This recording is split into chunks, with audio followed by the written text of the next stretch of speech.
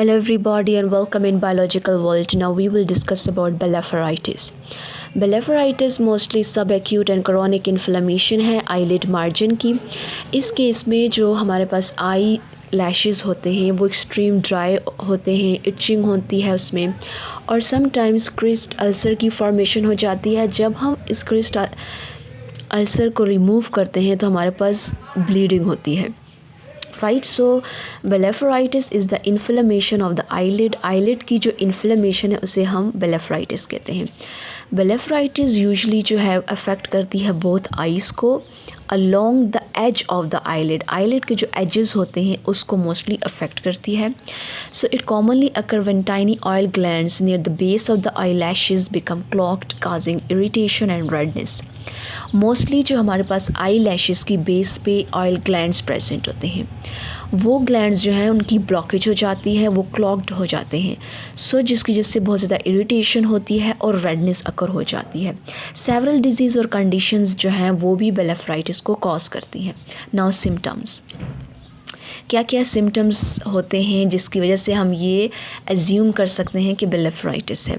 So first of all it have watery eyes, I read हो जाती हैं, extreme dryness होती है, एक्सेसिव ब्लिंकिंग होती है आई की, आईलिड एडिमा हो जाता है, मीन्स स्वेलिंग हो जाती है, आईलिड स्टिकिंग हो जाती है, जो आई लैशेज़ हैं वो भी आपस में स्टिक हो जाती हैं जिसकी वजह से ब्लर विजन भी हो जाती है, इचिंग होती है बहुत ज़्यादा, फोटोफोबिया होता है, मींस लाइट सेंसिटिविटी हो जाती है, ट्रैकियासिस होता है, मींस जो आई लैशेज़ हैं वो ग्रो करती हैं। नॉर्मली आई लैशेज़ जो हैं basically away from the eye grow करती हैं, यानी वो ऊपर की तरफ होती हैं, but in case of blepharitis it grow toward the eye, यानी कि वो आयरस के ऊपर आ रही होती हैं जिसकी वजह से वो अंदर आई को डैमेज करती हैं।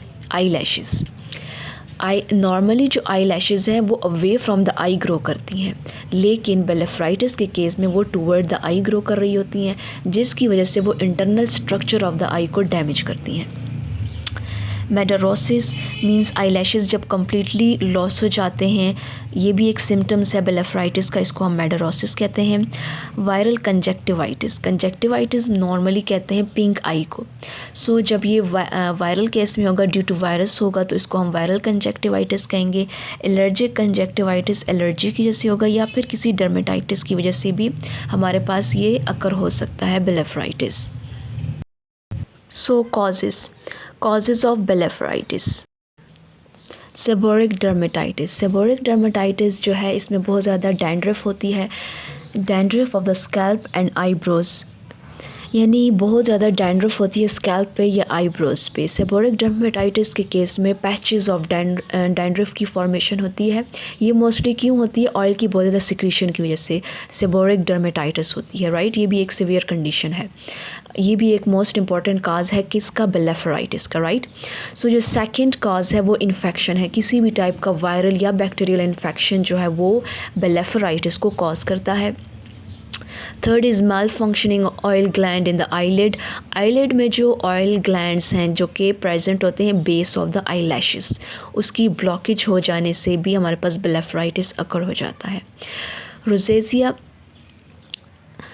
Skin condition characterize by facial redness. ये एक ऐसी कंडीशन है, स्किन कंडीशन है जिसकी वजह से जो स्किन है वो रेड हो जाती है। क्यों रेड होती है? ब्लड जो है वो बहुत ज़्यादा फ्लशिंग उसकी हो रही होती है, रशिंग उसकी हो रही होती है।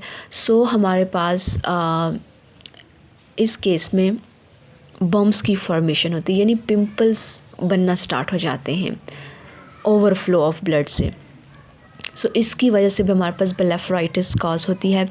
Allergies, contact lens solutions, makeup, allergies की वजह से भी हो सकता है क्योंकि ये इन्फेक्शन है, तो एलर्जीज़, कंजक्टिवाइटिस भी होता है जो कि हमने सिम्टम्स में देखा।